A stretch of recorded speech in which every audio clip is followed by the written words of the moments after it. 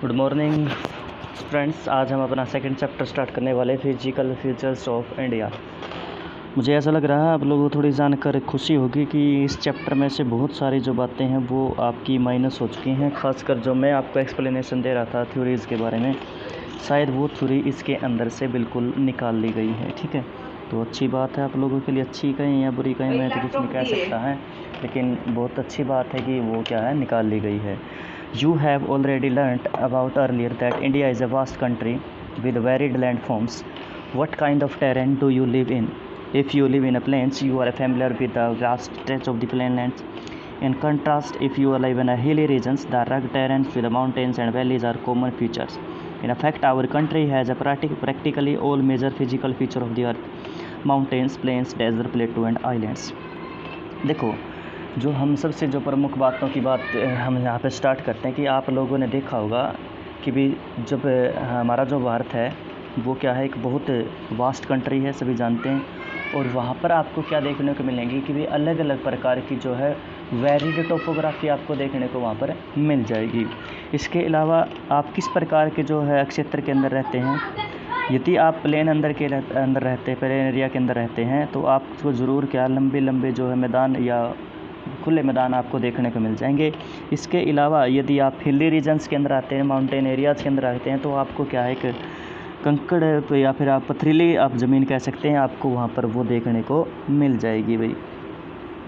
ठीक है, उसके बाद है हम जो बात करें कि भाई यदि हम बात करें नॉर्मल वे में, यदि हम बात करें तो हमारे यहाँ पर क्या आपको हर प्रकार की टोपोग्राफी आपको देखने को मिल जाएगी। जैसे माउंटेन भी हमारे देश में मिल जाएंगे आपको, हमारे यहाँ पर प्लेन भी है, डेजर्ट भी है, प्लेटू भी है, और हमारे यहाँ पर आइलैंड भी आपको देखने को मिल जाएंगे। ठीक है, लेकिन इसके अलावा देखो, मैं नॉर्मल बात बताता हूँ कि एक छोटे स्तर पर क्या है कि हमारे यहाँ पर तीन प्रकार से जो है सरफेस के जो इनको तो तीन प्रकार से बांटा जाता है। कि सबसे पहले जो नंबर आता है, इसको प्रथम क्रम के उचावच कहते हैं। जैसे कि महाद्वीप है या फिर महासागर है, इनको प्रथम क्रम के उचावच कहते हैं, रिलीफ कहते हैं फर्स्ट स्टेज के। सेकंड स्टेज की जब हम बात करते हैं रिलीफ की, तो इसमें पर्वत, पठार और मैदानों की बात आती है। और थर्ड कैटेगरी में क्या आती है, जैसे वैलीज हैं, डेल्टाज की बात करते हैं, तो वो इनको थर्ड कैटेगरी के अंदर हमारा यहाँ पर रखा जाता है। The land of India displays great physical variation. Geological, the Peninsular Plateau constitutes one of the ancient landforms on the Earth's surface. It was supposed to be one of the most stable land blocks. The Himalayas and the Northern Plain are the most recent landforms. For the view of point of the geology, Himalayas mountains from an unstable zones. The whole mountain system of Himalaya represent a very youthful topography with the high peaks, deep valleys and fast-flowing rivers. The northern plain are formed of alluvial deposit. The peninsular plateau is composed of igneous and metamorphic rocks with a great gently rising hills and wide valleys. देखिए, यदि हम बात करें कि जो भारत की जो है जो लैंड आपको दिखाई दे रही है, उसके अंदर क्या फिजिकल जो वेरिएशन होता है, जो विभिन्नताएं बहुत ज़्यादा देखने को मिलेंगी। यदि हम जियोलॉजिकल तरीके से देखें, यानी कि आप कहेंगे कि भूगर्भ से देखें, तो पेनिनसुलर प्लेटो क्या है, हमारा सबसे नहीं कहेंगे, सबसे पुराने लैंडफॉर्म में से एक आपको देखने को मिल जाएगा, जो आज के समय सरफेस के ऊपर आपको मिल रहा है। ठीक है, इसके अलावा इसके बाद हम जो बात करें ना कि भाई जो सबसे पुराने लैंडफॉर्म में से आपको ये देखने को मिलेगा हमारा ये पेनिनसुलर प्लेटो।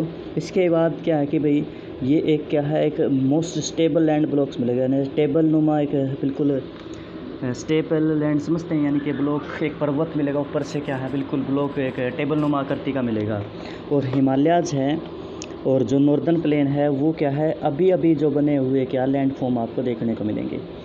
अगर हम बात करें जियोलॉजी के स्तर में भूगर्भ शास्त्र के द्वारा, उसके बाद फिर हिमालय माउंटेन क्या है, एक अनस्टेबल जोन है। ठीक है, यानी कि क्या इसके अंदर बदलाव होते चले जा रहे हैं, बिल्कुल जैसे मैंने आपको आज पढ़ाते समय सुबह भी बताया था हमने। The whole mountain system of Himalaya represent a very youthful topography with high peaks, deep valleys and fast flowing rivers. इसके अलावा जो हिमालय क्या है स्रोत है, यहाँ पर बहुत ऊंचे ऊंचे पीक मिलेंगे, डीप वैलीज मिलेंगी, घाटियाँ देखने को मिलेंगी गहरी, और बहुत तीव्र गति से निकलने वाली नदियाँ भी आपको यहाँ से देखने को मिलेंगी। The northern plain are formed of alluvial deposit. The peninsular plateau is composed of igneous and metamorphic rocks and gently rising hills and wide valleys.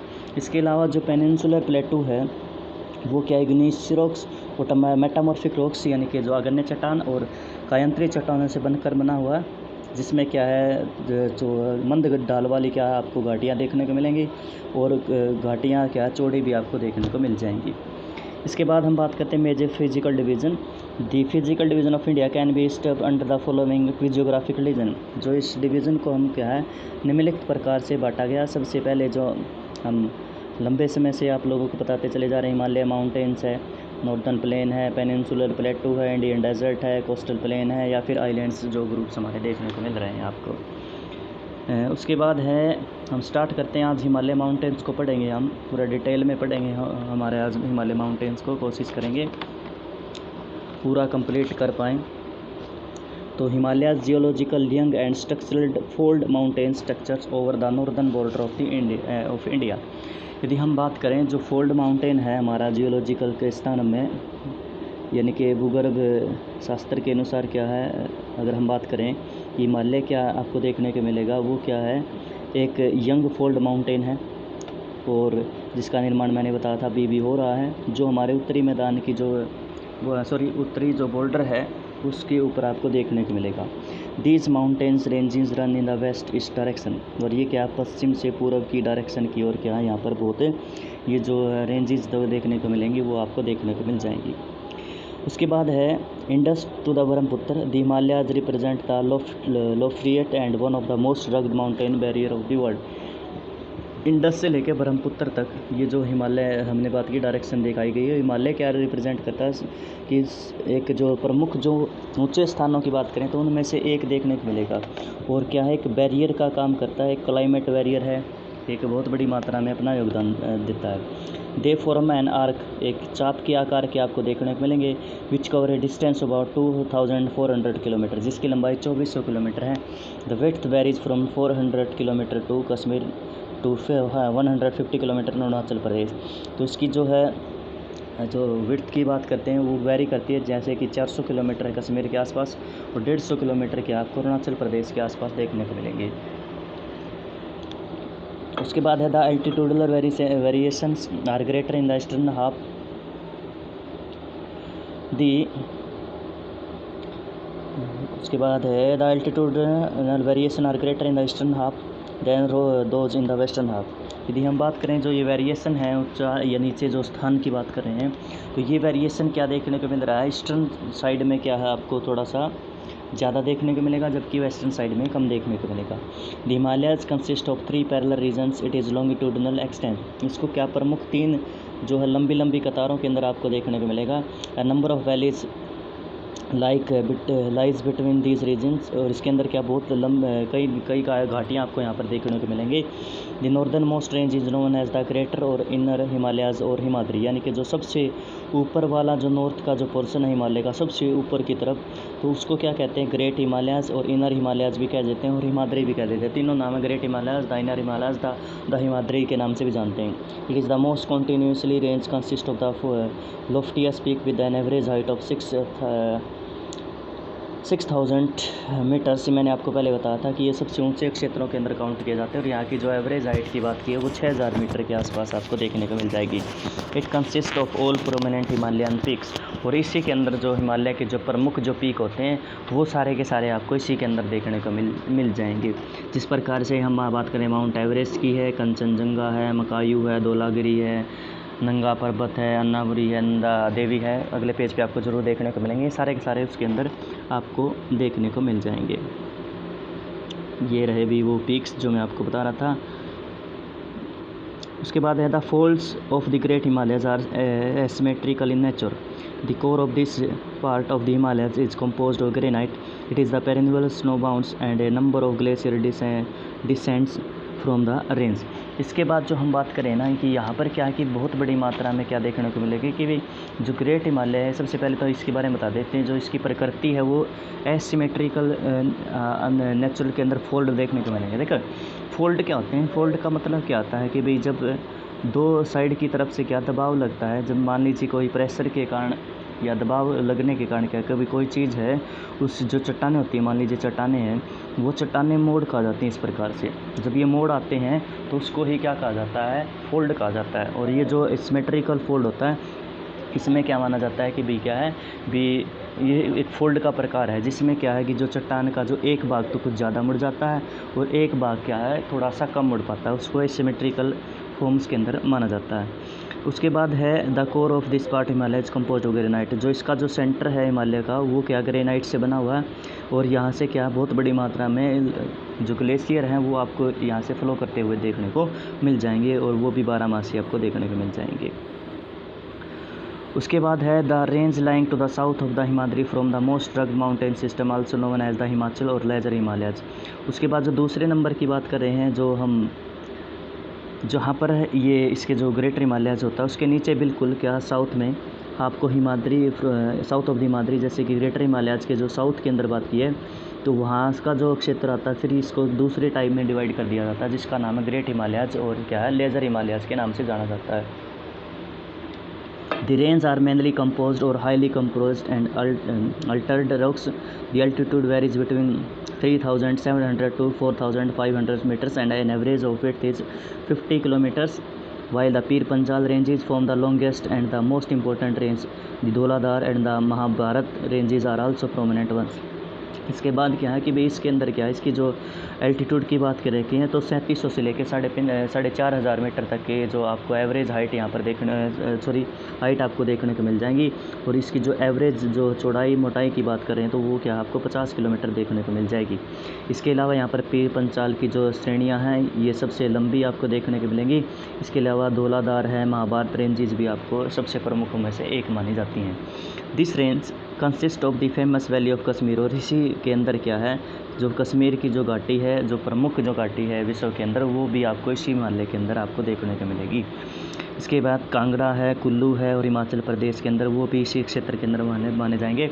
इसीलिए क्या है इस क्षेत्र को this region is well known for is the hill station, तो hill station के लिए आपको ये देखने को ज़रूर मिल जाएगा। ठीक है, कुछ और हैं कि भी आप इनको भी देख सकते हैं, जैसे कि मसूरी है, नैनीताल है, रानीखेत है, ये आपको उत्तराखंड में देखने को मिल जाएंगे। ये और कुछ आपसे पूछे जा सकते हैं। The outer most range of the Himalayas is called the Shivaliks, और सबसे लास्ट की जो सबसे नीचे वाली जो हम जो थर्ड कैटेगरी करते हैं उसको क्या कहा जाता है, शिवालिक्स कहा जाता है। दे extend over width of 10 to 50 km and have an altitude varying between 900 to 1011 metres. उसके बाद क्या है सबसे लास्ट में क्या है ये 10 से 50 किलोमीटर का क्षेत्र होता है। उसके बाद इसकी जो हाइट है वो 900 से लेकर 1100 मीटर के आसपास आपको देखने को मिलेगी। इसके अलावा क्या है these ranges are composed of the unconsiderable sediments brought down by the rivers from the main Himalayan range located further north. उसके बाद जो यहाँ पर एक विशेषता देखने को मिलेगी कि यहाँ पर सेडिमेंट्स क्या है बहुत बड़ी मात्रा में आपको देखने को मिलेंगे, जिसके जो नदियाँ लेके आती हैं और वो यहाँ पर डिपॉजिट कर देती हैं। उसके बाद Himalaya range is located further north. उसके बाद क्या है ये क्या है उसके नॉर्थ तक आपको और ज़्यादा देखने को मिल जाएगा। These valleys are covered with thick gravel and alluvium. उसके बाद है बजरी की बात की है, और जो है एलुवियम की जो लोड है वो आपको यहाँ पर बहुत बड़ी मात्रा में देखने को मिल जाएंगी, क्योंकि जैसे ये हिमालय हो गया, मान लीजिए यहाँ से नदी आई तो ये जो शिवालिक्स होता है सबसे नीचे वाला पोर्शन, तो यहाँ पर क्या डिपॉजिट कर जाते हैं क्योंकि स्लोप्स क्या आपका शुरू हो जाता है, तो यहाँ पर जो लेके आई हैं जो सेडिमेंट्स लेके आती हैं तो वो यहाँ पर डिपॉजिट कर देती हैं। इसके अलावा जो दूसरी बात है the longitudinal valleys lying between lesser Himalayas and the Shivaliks are known as the Doon. इसके अलावा जो हमारी जो अनुदैर्ध्य जो वैली हैं, ये जो घाटियाँ देखने को मिल रही हैं, जो पीक्स होती हैं, इनके जो है इनको क्या कहा जाता है शिवालिक्स की जो दून कहा जाता है। और देहरादून, कोटली दून और पाटली दून इसके सबसे प्रमुख एग्जाम्पल आपको देखने को मिलेंगे। Beside the longitudinal division the Himalayas have been divided the basis of region from west to east. मैंने आपको पहले ही बताया था ये इसको क्या है वेस्ट टू ईस्ट के हिसाब से भी बांट सकते हैं, इसको रीजनल डिवीज़न भी कह सकते हैं। This division have been demarcated by the river valleys, और ये रिवर्स के द्वारा जो रिवर नदी घाटियाँ होती हैं उनके द्वारा डिफाइन किया जाता है। For example the part of Himalayas laying between the Indus and Sutlej has been traditionally known as the Punjab Himalayas.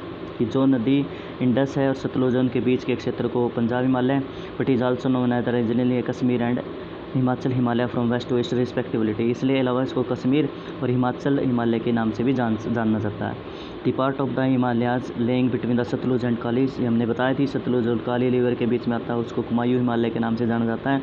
काली और तीस्ता जो नदी आपको देखने को मिलेगी वो क्या है नेपाल हिमालय के आपको डिमार्क करती हुई देखने को मिलेगी।